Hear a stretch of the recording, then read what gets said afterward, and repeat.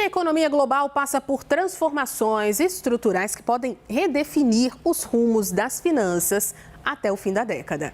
Um relatório da GlobalX mostra que setores como inteligência artificial, robótica e biotecnologia estão no centro dessa transformação. Guilherme Gama está por aqui, tem todos os detalhes para a gente. Conta para a gente que esse foi um ano da inteligência artificial. A gente não parou de falar sobre isso, de empresas às redes sociais, ninguém ficou de fora. Como é que isso deve impactar a economia nos próximos anos? Boa noite, bem-vindo e feliz ano novo. Boa noite, Ju, quem está em casa, feliz ano novo para nós.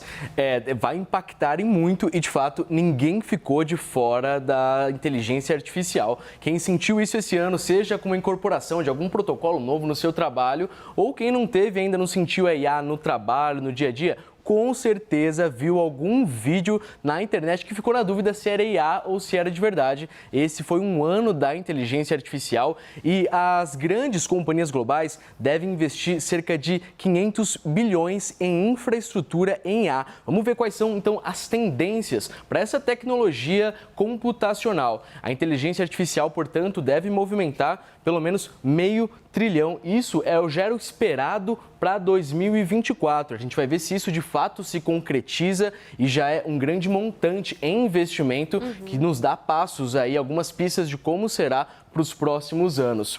Robótica e a física também sofreram um grande salto nesses anos e esse estudo que a CNN agora traz com exclusividade da GlobalX mostra justamente como o combate, na verdade, o barateamento dos componentes eletrônicos para a fabricação de robôs, a gente viu, fica cada vez mais comum. Robôs, drones inteligentes, semáforos, cão-robô, isso está cada vez mais no nosso cotidiano. O que a gente chama de IA física é esse campo em que o algoritmo se conecta com produtos, soluções na nossa realidade. É um semáforo que tem um sensor que consegue detectar se um pedestre vai atravessar, aciona o semáforo para interromper um trânsito. Isso, a expectativa é de um movimento de 150 bilhões até 2035. E, claro, tudo isso exige uma grande infraestrutura.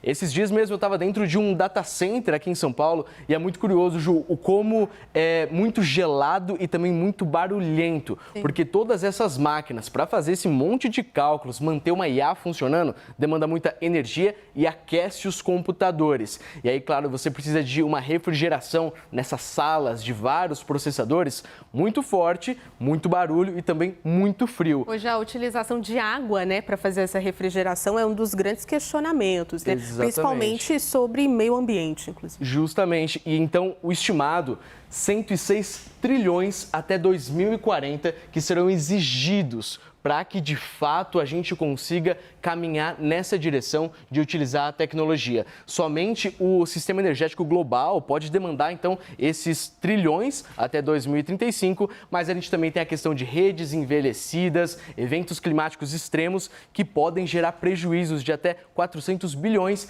e elevam o risco de interrupções que não podem acontecer com tudo isso funcionando 24 horas por dia, né? Agora, Gui, como é que a gente estava falando sobre isso agora? Esse relatório também faz, claro, um alerta sobre os recursos que ficam em xeque com todas essas mudanças. Qual é o ponto crucial dessa discussão? Olha, uma única consulta nesses modelos regenerativos de IA, ele pode demandar até 10 vezes mais eletricidade do que os modelos de busca comum. Só que esse relatório destaca outro tipo de insumo global, que é uma grande aposta, e aí fica aqui a gente trazendo 2026, 2027, como que vai ser, são os minerais estratégicos, críticos. A gente preparou uma segunda tela que mostra justamente isso, o consumo global desses minerais. A gente fala de lítio, cobre, alumínio, que são utilizados para produzir diversos componentes de robôs, IA, data centers, baterias, pode aumentar em 1,5 vezes, ou seja, um aumento de 50% até 2040, um consumo global. Outro dado interessante que o relatório traz, carros elétricos, por exemplo, ficou muito mais comum. Hoje em dia a gente vê cada vez mais nas ruas. Eles exigem 6 vezes mais desses minerais críticos do que os carros comuns a combustão. Então, o grande alerta do relatório está aqui. Déficit de cobre e lítio em 2035, caso nada mude.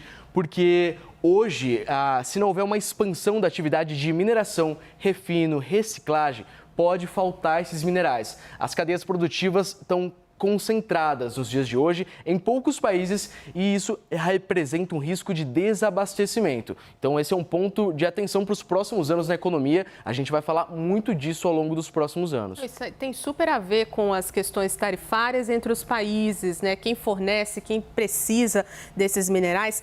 Agora aqui vamos falar sobre setores de saúde. Tem alguma tendência para o futuro? A gente conversou mais cedo sobre um medicamento ou alguns tipos de medicamento que estão fazendo bastante sucesso aqui no Brasil e no mundo inteiro. O boom esse ano foi o Ozempic, Mounjaro, que caiu para a população. É claro que a gente tem aquelas ressalvas de que às vezes não caiu para todo mundo que precisaria deles. Afinal, são produtos que buscam de maneira com biotecnologia resolver questões de condição de saúde. E são caros, né? E são muito caros, mas as canetas emagrecedoras são um dos destaques desse relatório. Esse modelo de negócio, Ju, a gente está falando de terapias, na verdade, são formas de você simular hormônios e fazer essas alterações no organismo que trazem benefícios, nesse caso, como as canetas emagrecedoras, se bem utilizadas.